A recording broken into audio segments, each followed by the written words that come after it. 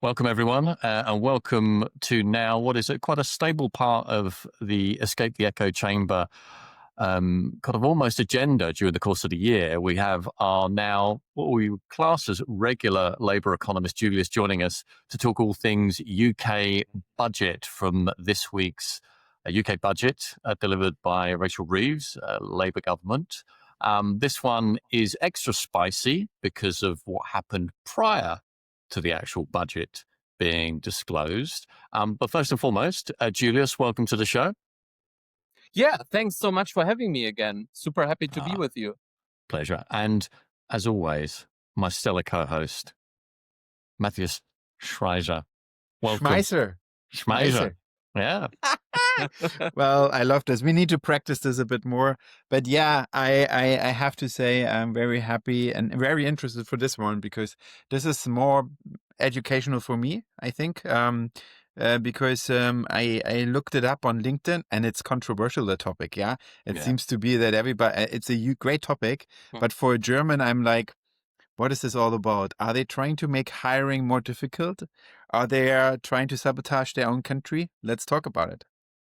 Yeah, I mean, I think we'll definitely get into that for sure. But Julius, just to kickstart this, what was, as a Labour economist and somebody that's, essentially monitoring everything that's kind of coming out of government, what was your take on the fact that the OBR, the Office for Budgetary Responsibility, released their summary prior to the actual budget announcement in the Commons? I mean, what was that like for you when everybody started to realize that was available?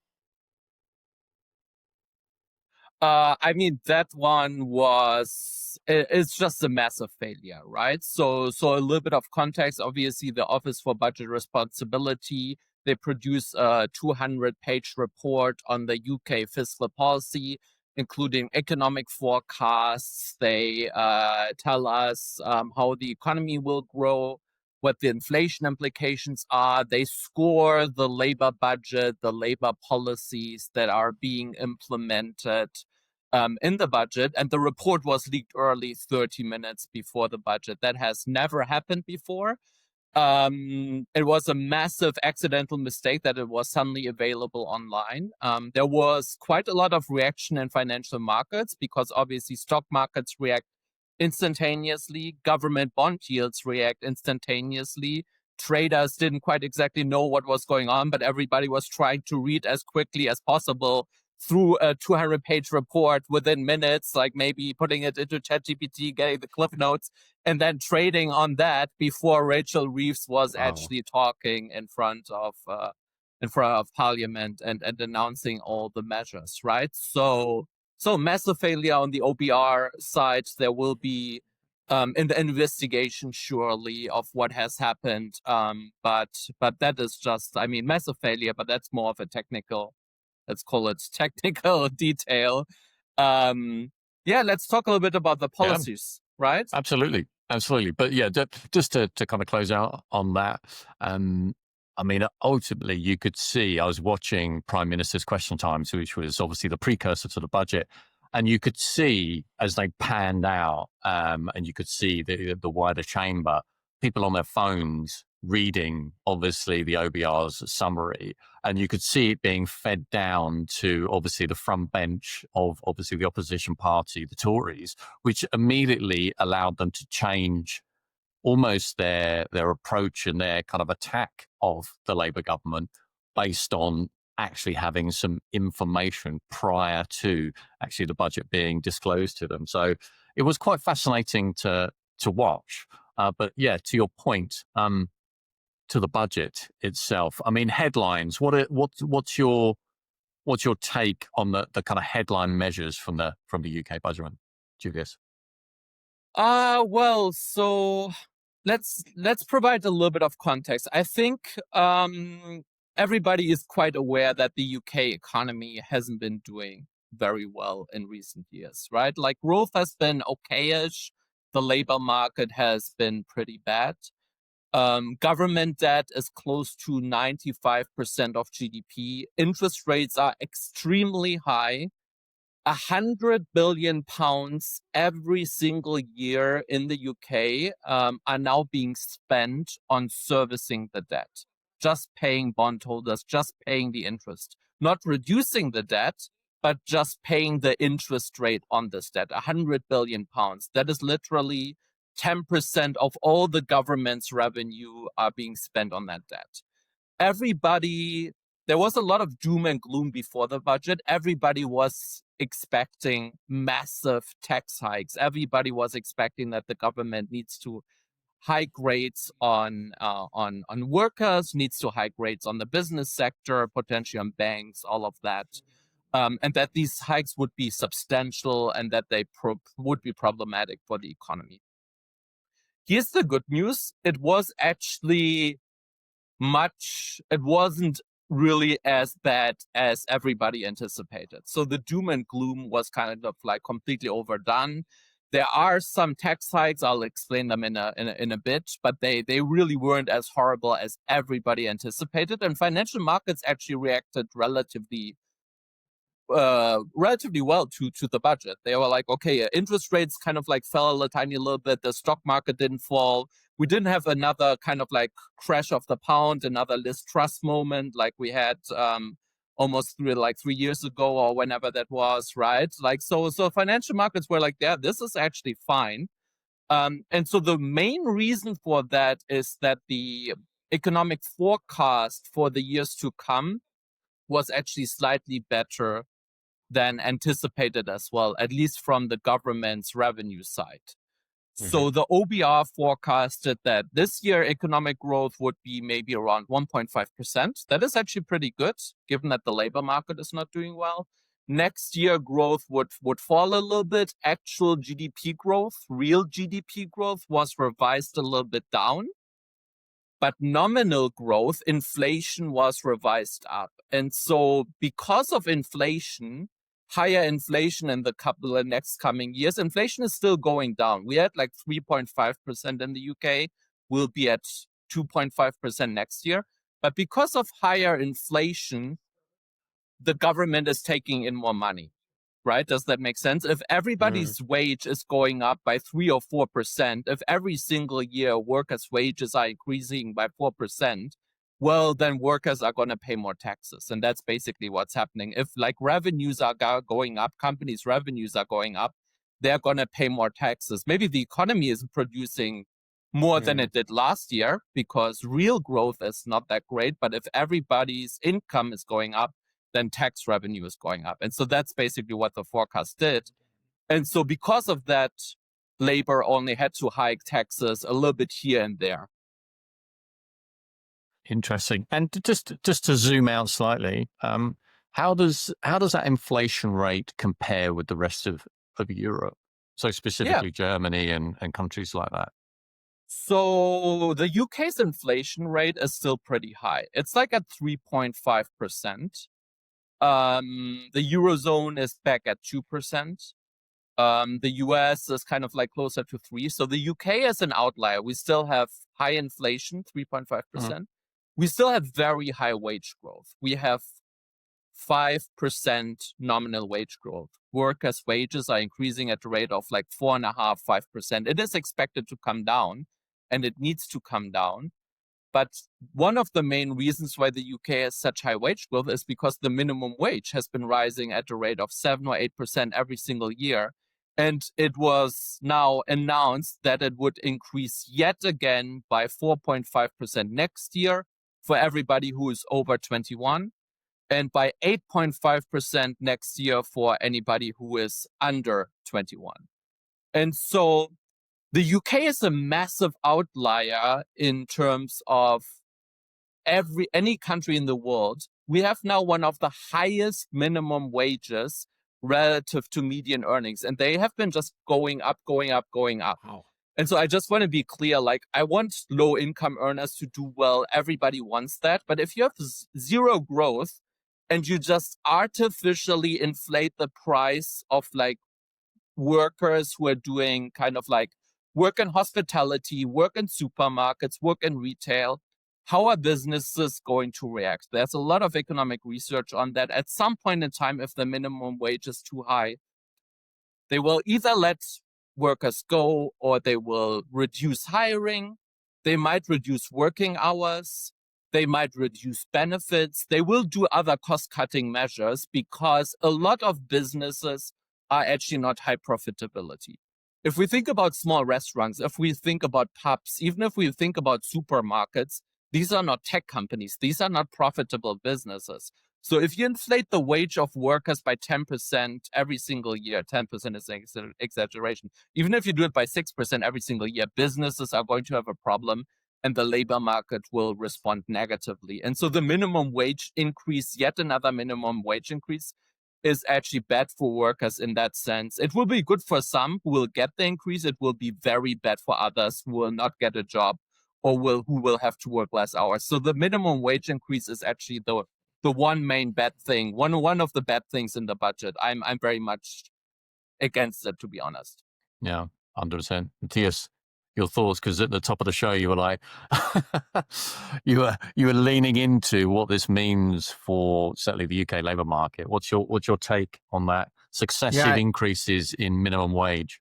Have you seen anything like that in Germany? No, I was actually checking the German rate just as Julius was presenting it, and we talk about like 1.8% per wage pay growth. Yeah, 1.8%, and I think the other was the inflation rate, where we are at 2.8 at the minute, right? So it's a completely different ball game. We have, from a political standpoint, a huge conversation around minimum wages and how much we increase it. But I mean, to Julius' point, I think it puts a lot of pressure on the economy. Now, I'm a huge fan of look, if you have sustainable business models, then I think that's not an issue, right? And we do know that I had this today in one of my recruitment meetings, that one recruiter who just joined us said, "Hey, it's the first company that's profitable and growing." That's not very common. So what I'm trying to say here is that most of the startups and scale-ups are not profitable, right? And so this puts a lot of pressure to them as well. Now they probably have different roles and talents, right? They have much higher wages. But again, I think, when it comes to, I was yesterday in a conversation with the managing director, a lady that was also very well known in Berlin, and she said to me, "How do you do this with the performance reviews and the salary increases? Are you paying people the bonus?" Like these conversations are happening because it's not guaranteed anymore because of exactly things like that, right? And I think we are coming maybe from a time where we take everything for granted, but it's not anymore, especially when we look at such conversations, right? I do think that we need to watch this very closely, and it's super interesting. My question to you, Julius, would be, why are they so high? So what is actually causing this? That you say inflation rates are high, wage growths are high. Yeah. What is causing that? So, I mean, the minimum wage is just a policy. It's a government implemented policy, right? So the government is saying low-income workers need to earn £10 an hour. Now it's 10.80. Now it's 11. Now it's 12.50, and soon it's going to be £12.81 or something like that per hour. But on top of that, we also had relatively high inflation in recent years, and workers in the UK need to get back some purchasing power. And so the UK has been a little bit more kind of like in this wage price spiral that central bankers and other economies feared we might slip in after COVID. In other countries in the Eurozone, inflation came down more quickly. In the UK, that was not the case. And so if inflation is at 3 or 4% permanently, workers are going to ask for 4% wage growth or more because they have to, right? So it was kind of like a negative feedback loop on top of the government policy that is pushing up wage growth for the entire bottom of the distribution. And so I just want to be clear. We want low-income earners to do well, but the economy needs to be growing, and you can't just say every year low income earners can get a 5% wage hike, at some point in time businesses are running into trouble. Exactly. And that is They cannot afford this. They Yeah. cannot afford this. And that is exactly what has happened. But so that was the minimum wage part. That was, in my opinion, kind of like the worst part. And then there were a couple of tax hikes that were implemented with the budget as well. Just on that point, Julius, because obviously if anybody hasn't read your blog post, they should, and we'll put that into the link so they can. So the last budget where there was an increase in minimum wage, you reported that something in the region of 180,000 jobs were kind of lost from a kind of payroll perspective.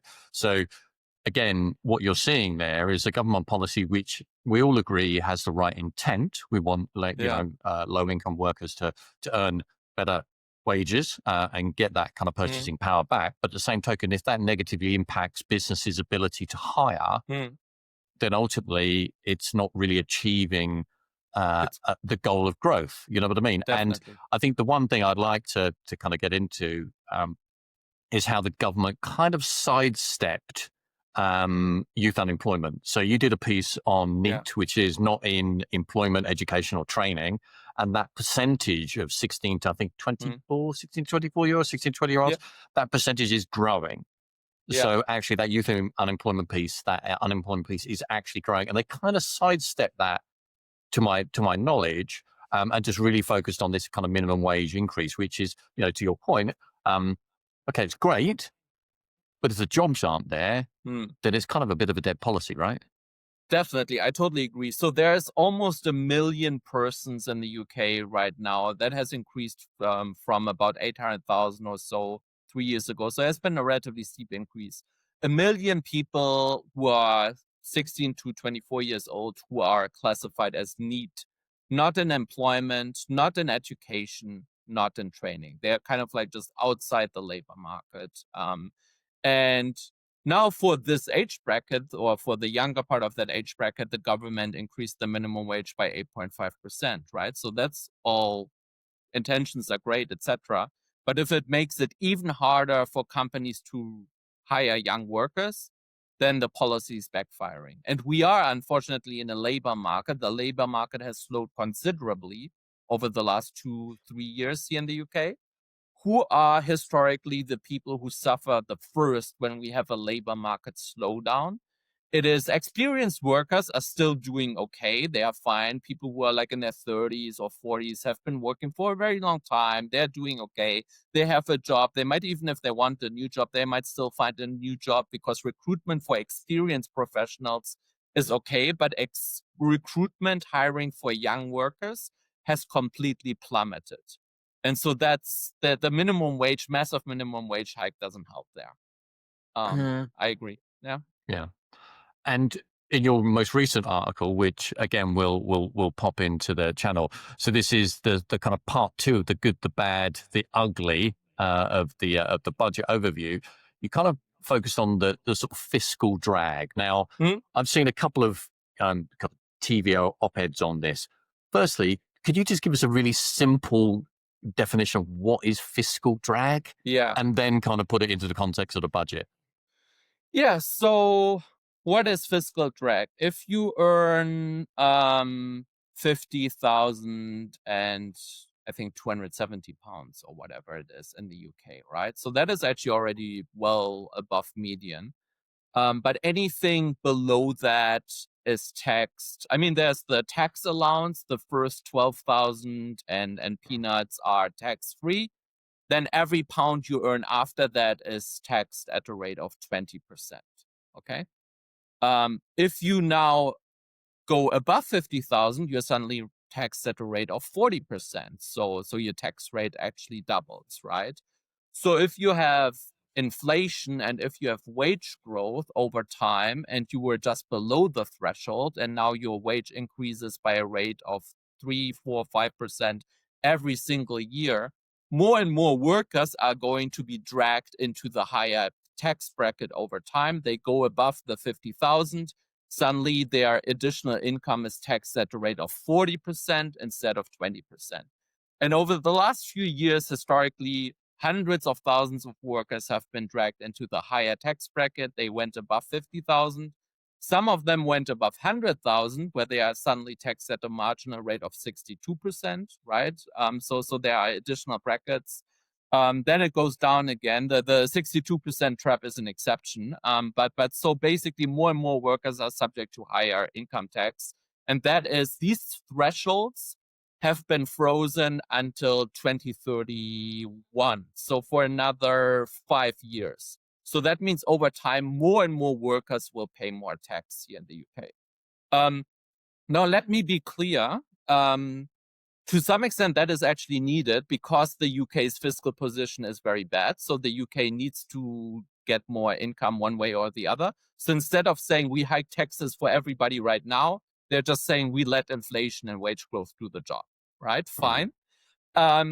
But also in a way, also let me be clear, actually the UK is a little bit of an exception. If you are a worker who earns 30 or 40,000 pounds, your tax rate, if you account the income tax, and even if you add national insurance, you are actually, compared to any other European country, your tax rate is actually relatively low. That just needs to be said. It's only people who earn like 80, 100,000 pounds. They are taxed at a similar rate, maybe at people, or even above 125,000 pounds. That is the top 3% of incomes. These people are taxed at a similar rate than people in Belgium or Germany. If you earn 40,000 pounds, your tax rate is actually relatively low relative to countries like Germany or Belgium, where your tax rate is significantly higher. And so this is a problem for the UK because the median earner in the UK is not taxed too heavily, but you have things like the NHS, you have massive welfare payments, you have pensions, which are increasing at a rate of 5% this year again, another measure of the budget. So you have a European-style welfare state, whereas the median earner is actually taxed more comparatively to the US, which doesn't have a welfare state, right? And so these two things are incompatible. You can either have the NHS and blow 100 billion pounds on the NHS every single year, and then somebody needs to pay for it, or you can have low taxes and then you need to reduce welfare. And so in a way, Labour just kind of made the decision now, well, we're going to take in more taxes so that we can pay for the NHS and that we can pay for the infrastructure investments that we have planned and so on. So the fiscal drag, it's annoying for workers, but I don't see it as a massive negative for the economy, to be honest. Yeah.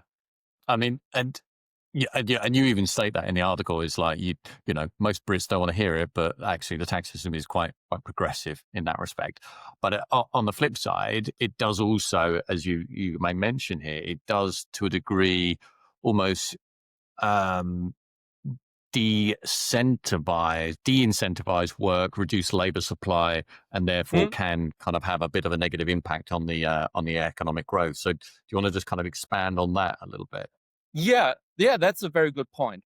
So taxes do de-incentivize work, and that's the last thing we want to do.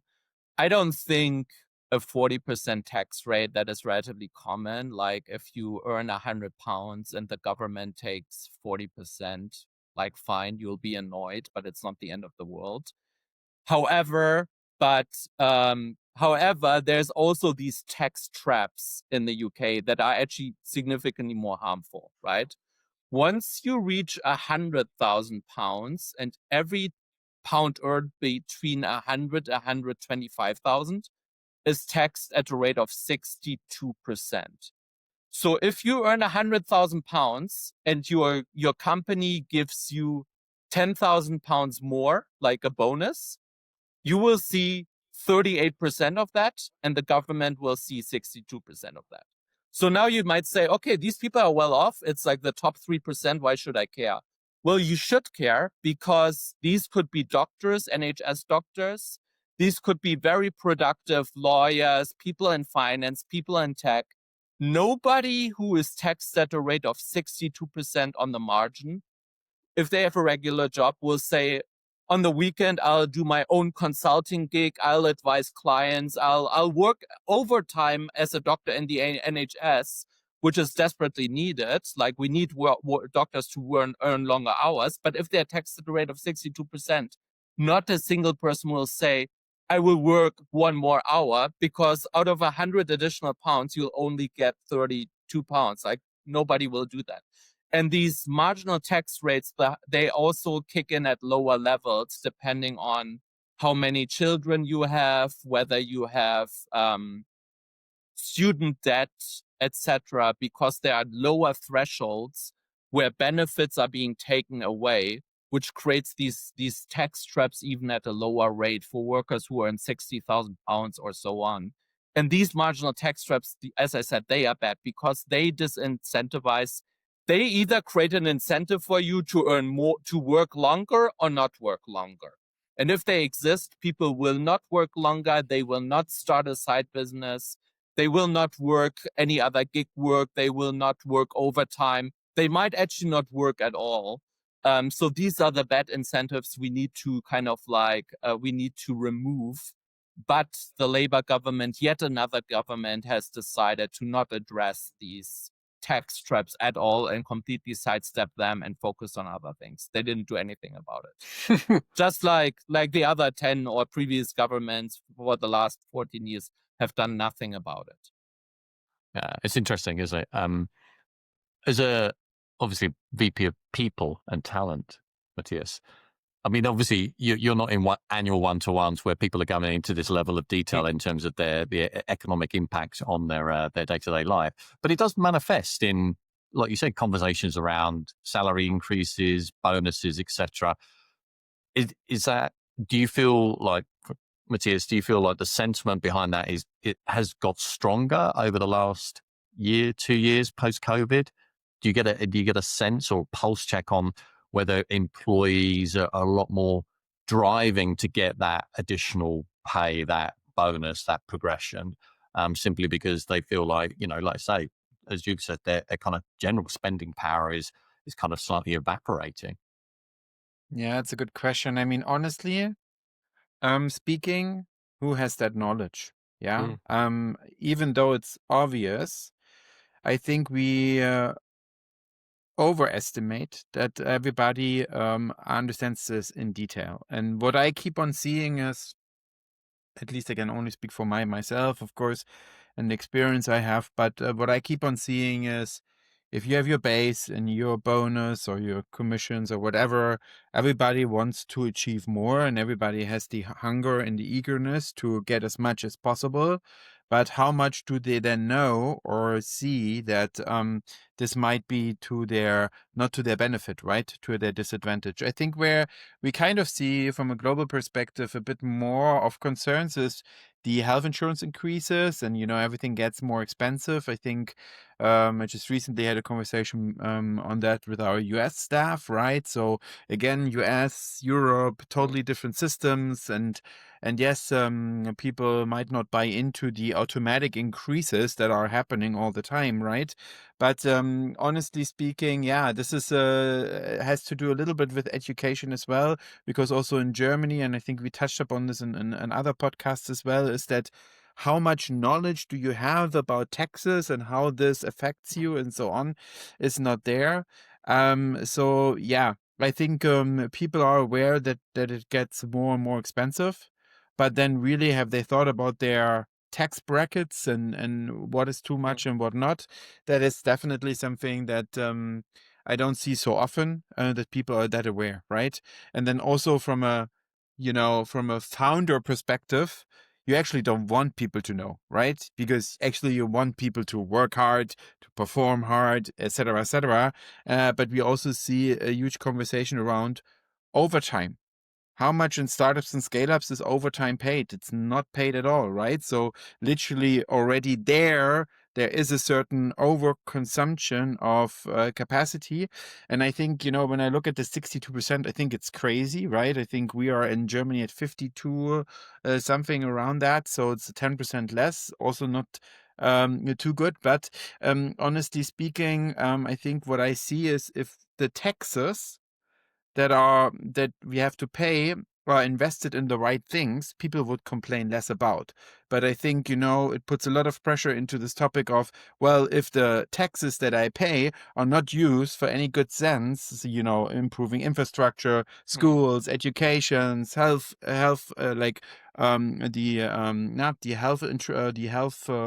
the healthcare system, that's what I wanted Yeah. to say, then people get mad, right? Because then people feel like, okay, that's unfair and it's not incentivizing me to work more. Maybe one note, Julius, that I would have, because when I hear about this for the first time, especially so in detail with from the UK perspective, let's assume and take another angle and say, well, maybe we do this taxation like that because we want people not to work more. We actually want people to hire more people, so that we literally say, we don't want people to, earn a lot. I think, after a certain period of time, well, they just stop working, and then we need actually to hire one more person and one more person to do this job. So is that the approach or the idea behind it, to actually bring more people to work, but it doesn't work because the growth is not there? Yeah,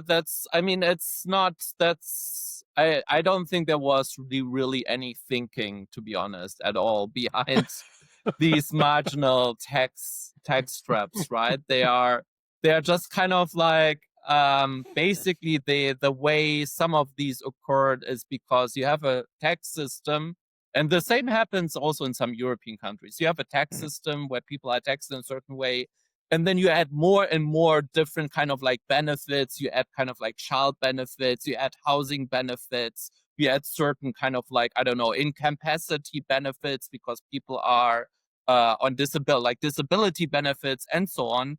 And then you create these thresholds where you say, but if somebody earns more than this or earns more than that, then we phase these benefits out or we cut them all together, right?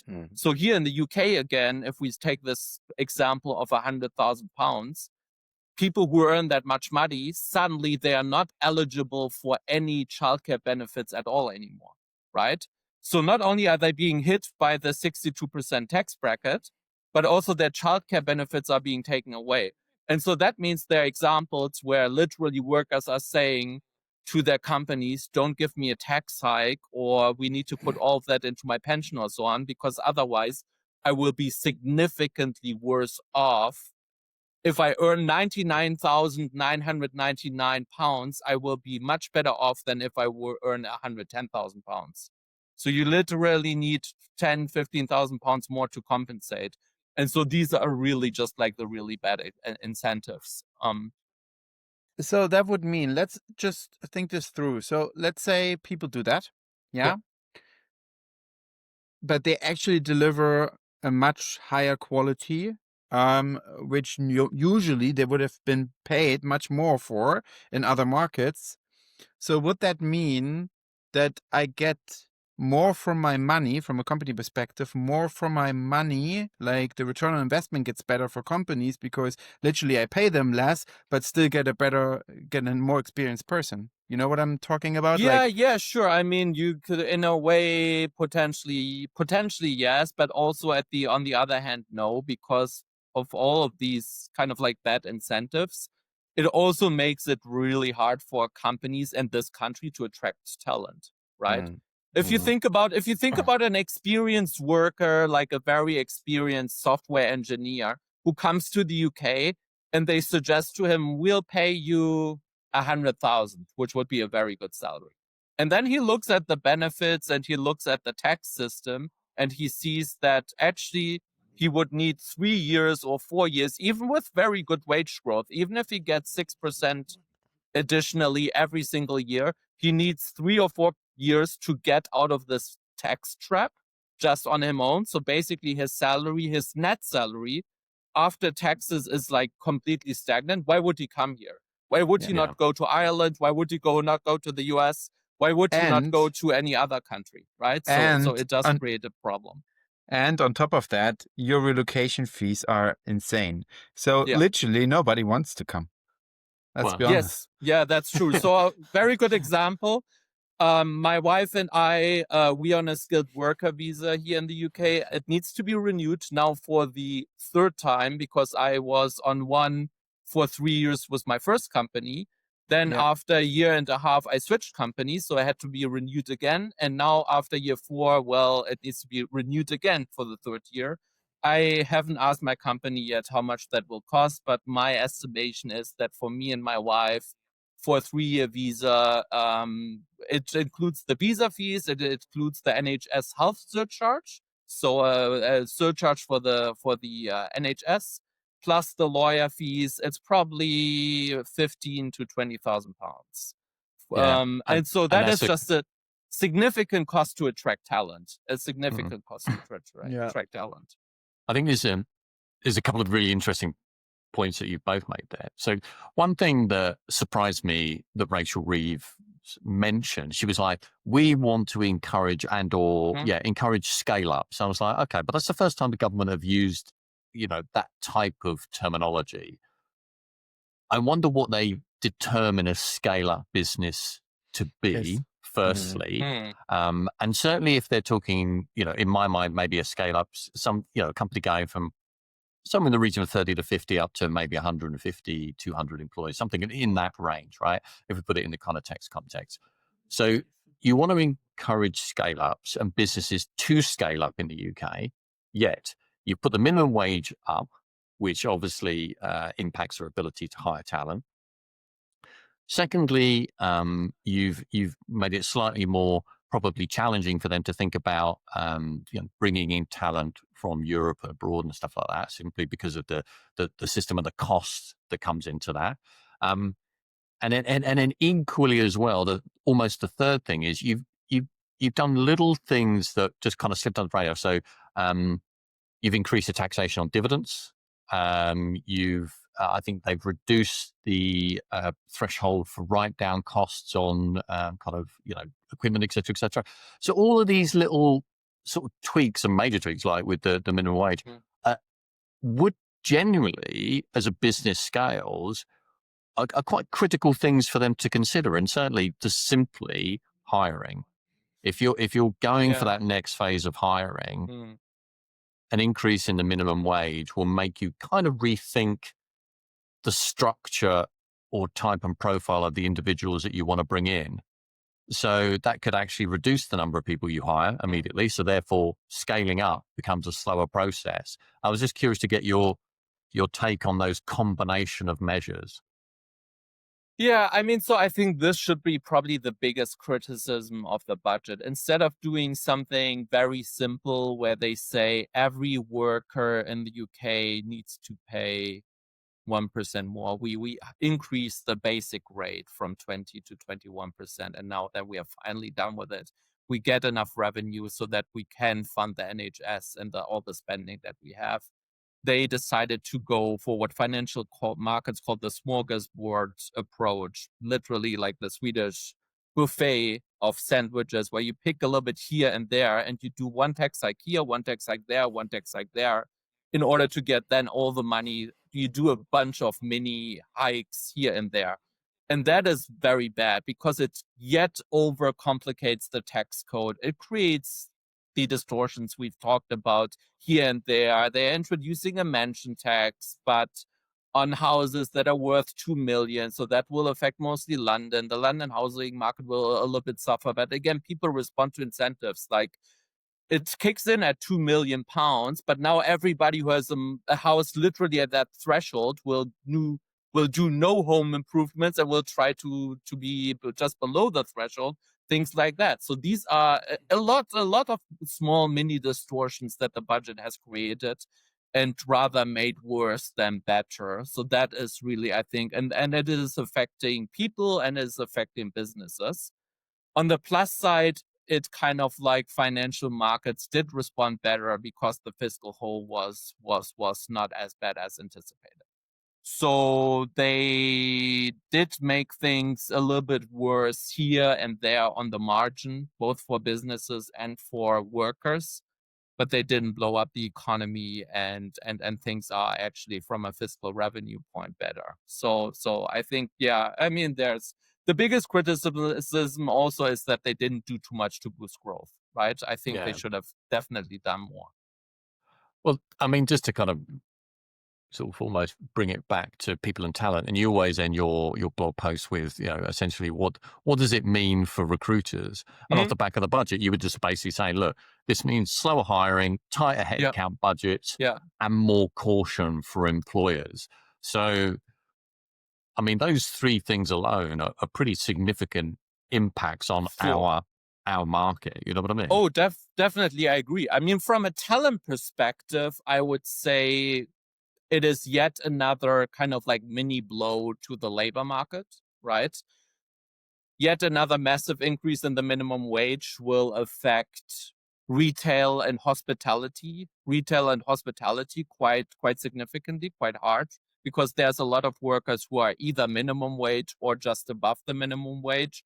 So in order to keep people above the minimum wage, they also need to, like, literally all the wages at the bottom need to increase, right?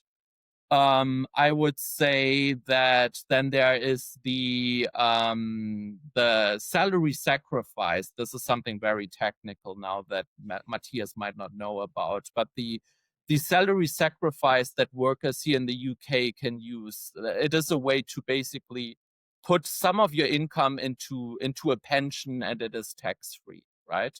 They implemented a tax on that, both on workers and on the businesses. Actually, it's gonna hit businesses harder than the workers, because on the salary sacrifice, you now have to pay national insurance contribution. So if you earn above £50,000, the workers will have to pay 2%, whereas the businesses will have to pay 15%. So if I'm a worker who sacrifices 20,000 into my pension, that would be a lot, because I'm somebody who is a very, very high income worker, might sacrifice £20,000 into their pension. He would have to pay a few £100 in taxes, not that much, won't be a big deal. The business would have to pay several £1,000s in additional taxes, okay? That kicks in 2029, so there's time to prepare. Probably what businesses will do is that they might reduce wages here and there, might reduce other benefits to recoup the cost.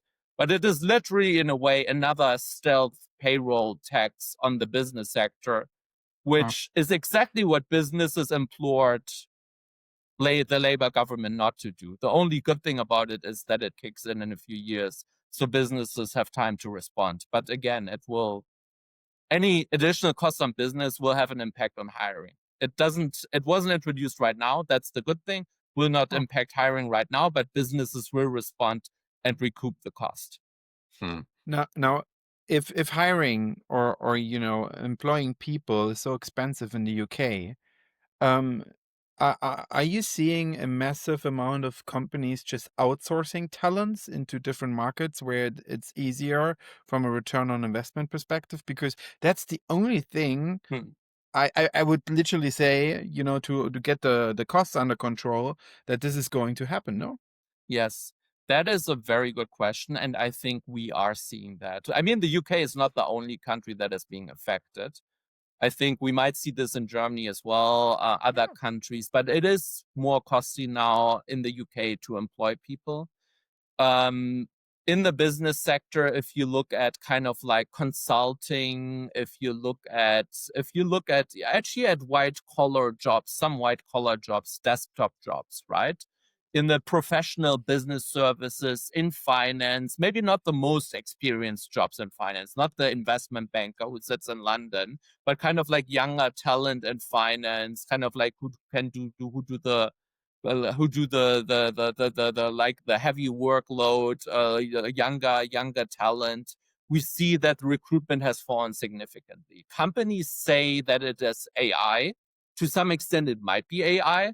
But at the same time, we are actually seeing that some of these jobs are going to Poland or to India, which it's a massive country and has now a very educated, some of their workforce is quite educated. Yeah. There's 1.3 billion people living there. A lot of them speak English, and they also have some good universities. And we do see some of these finance and tech jobs actually going to these countries like India or Eastern Europe, So I do think the more and more you put pressure on kind of like the cost of hiring in countries like the UK, businesses are thinking about rationalizing some of the workforce and either moving it somewhere else or using AI.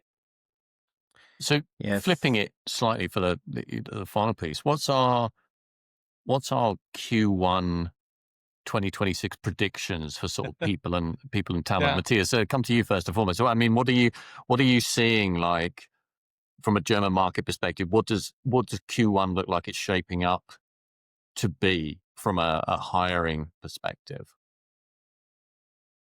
Yeah, I mean, look, I think the biggest problem that most of the people and talent leaders have is that the growth of the economy is not going as people would like to, right? And I think to even be a little bit more pessimistic about it, I think you have also let's call it the AI effect, right?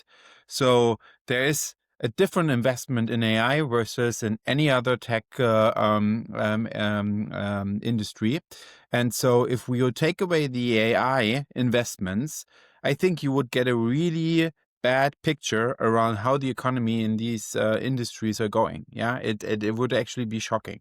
Now, with all the AI investments, it seems like, oh, we are actually doing an okay job. It's not that bad, right? So, why do I say all of this? Like, why is this important? Is because I do think that a lot of organizations and companies are still trying to be profitable, or trying to get to their roads of like not to burn too much money.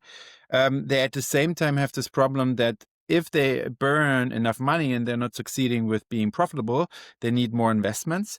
The investment money is there, but people are not giving them the money. That's a great opportunity because for consolidation reasons and takeovers and M&As and PEs are taking over instead of VCs.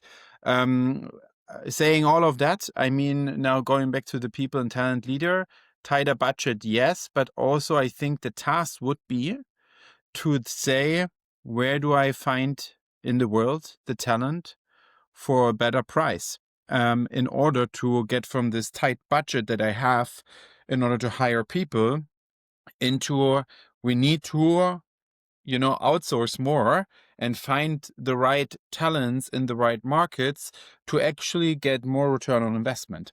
And if you think this through and this is going to happen, then this also means it changes the complete way of, working remote again. You have a counter effect with like everybody should be in the office. Well, yeah, but then your offices will be just with the core people, 15, 20 people, and the rest is outsourced. So how do you build cultures there? How do you build an understanding there? And maybe we will see a backfire of all of what we just said within the office culture, because in the office culture is not affordable anymore for businesses, right? So there are a lot of nuances here. And especially if you have PE taking over, they are so number driven, they will force you to outsource sooner or later. And they will probably also say, I don't think you need an office. I think, you can have a co-working space or meet once in a quarter with everyone, but let's not go into that, right? And I think that's super, super interesting to see. And then the question is, I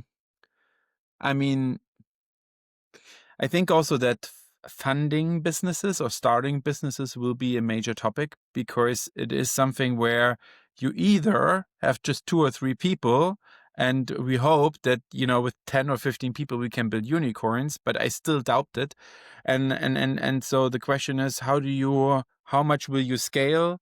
How much is good enough? Maybe we'll see much more smaller businesses, smaller headcount, where then we have more businesses that are kind of like so small that it's still affordable in order to build great products. But then again, I doubt it, because it's just too expensive, no? And if you don't have the right investment. Strong prediction. And Julius, what's your prediction just for sort of Q1? Because ultimately the budget's been announced. You kind of get the market reaction, and then there's almost the domino effect that kind of comes after that as well. So Matthias is just kind of giving us that kind of VP of people and talent view. What's the Labour economist view for Q1?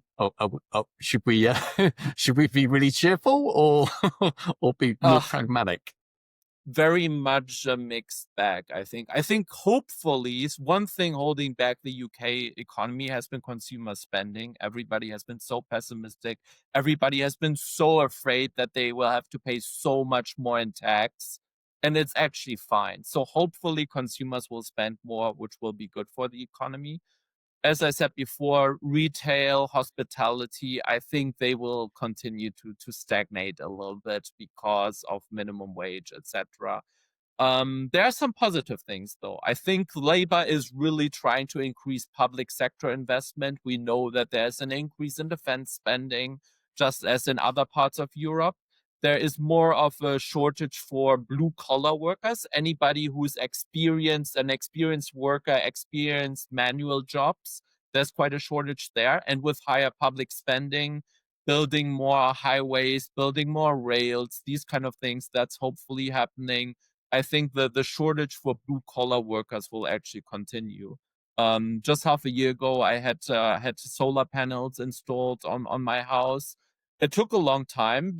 Companies don't have enough workers to do these kind of manual jobs. So white collar is actually a little bit stagnant right now. Hiring desktop jobs is relatively easy because the labor market for these kind of workers is not that tight, actually. Yeah, tech, finance, all of that. There's not a lot of competition.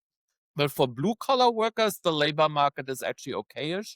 And I think it will continue to be quite good because of higher infrastructure spending, defense, and so on, renewables, energy, etc. That's interesting. I think one question I wanted to put to both of you, actually, if we think of that almost change of how for example, the people and talent team, when we think about the traditional model, which was permanent employees, you build the team, you scale. Now, if we're thinking about where to invest and we have the option to bring in kind of AI enabled or AI native technology, do we now start looking at a permanent fractional tech model where it's almost that's the triangle that we look at from a team perspective, and our focus is on the outputs we need to deliver, not necessarily how many people we need to hire?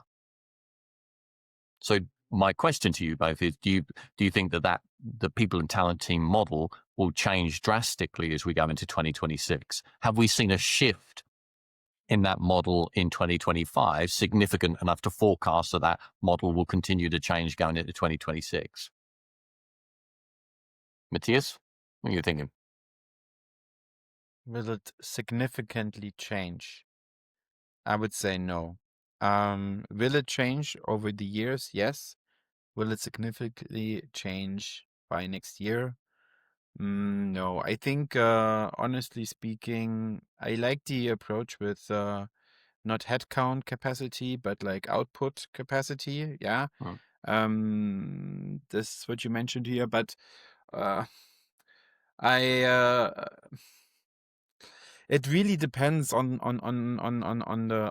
the business and the problems you have, right? I think this is why I don't think, even if you have the best setup, what are you trying to solve? What are the problems there, right? And so many times it's unlocking potentials that are there, but you don't have the right alignment and or the strategy or the execution of strategy is a problem. So not ditching your question here, but I would say it would not drastically change. And Julius, from your point of view, just kind of building on the sort of the overall market outlook, do you see any significant investment happening in Q1, or do you think that it will be pretty much a continuation of 2025, and then perhaps we'll start to see some greater investment as we go through 2026? I mean, typically, what's the cycle post-budget? Are there any particular trends that happen post a budget that we know reliably will happen in terms of investment, growth, or anything along those lines? Anything that from the market reaction that typically happens that we should look out for? Yeah, I think that even though some growth enhancing measures were missing, there were a number of companies, JP Morgan, Goldman Sachs, who literally announced the day after the budget that they will actually build more or increase their office space here in the UK, Goldman Sachs hire another 500 people in Birmingham instead of London. So I think there were some positive news coming both from the corporate sector, from the investment sector, from the corporate sector, both in terms of like physical investment and investing in talent. So that is really good news. And I think the main reason is that everybody was so doom and gloom, especially the corporate sector, about this is going to blow up the UK economy, and it hasn't. And growth is going to be okayish. It's not going to be fantastic. Growth is going to be okayish. The labor market will, well, not skyrocket, but continue to stagnate. It will not fall into a deep hole. So everybody is kind of like positive now. It's a lot of muddling through, but like maybe that is good news in itself. Absolutely. Huh? Absolutely. Yeah. Well, I think so first and foremost, Julius, thank you as always for coming in and kind of giving us that really sort of pragmatic overview of the economy, certainly post-budget. It's always enjoyable to hear your views. And as I said, we'll put your link to your blog posts in the post when we release the episode itself. But I think that the main message, Matthias, do you think is for people and talent folks, you really, really you've got to join all of these dots when you start to think about your people and talent strategy going into 2026, right? It's not sufficient enough to have a sense of, the kind of economic impacts of market. You really do need to have a very detailed kind of overview of how that will impact your ability to hire, when you hire, the type of talent you're going to hire, and actually the mix and model that you're thinking about. So kind of in-house, outsourced, fractional, etc. What's your final thoughts? I mean, yes and no. I think what some people don't do, and this is part of the conversation, literally speaking, is when you do your headcount planning or whatever workforce planning, look at fully loaded costs, right? Because they change based on where you hire the talent, right? And then you would see these impacts of what does this talent cost me in this market versus in the other market, and so on. I think, there you cover this whole topic that we just discussed. And then it's just a matter of how you execute this then and make this happen. But I think this is more of a planning and a strategy topic than it is an execution topic to begin with. Brilliant. Well, Julius, as ever, thanks so much for joining us. It's been a real pleasure to host you. Thank you so much. Thanks, Matthias. Thanks, Len.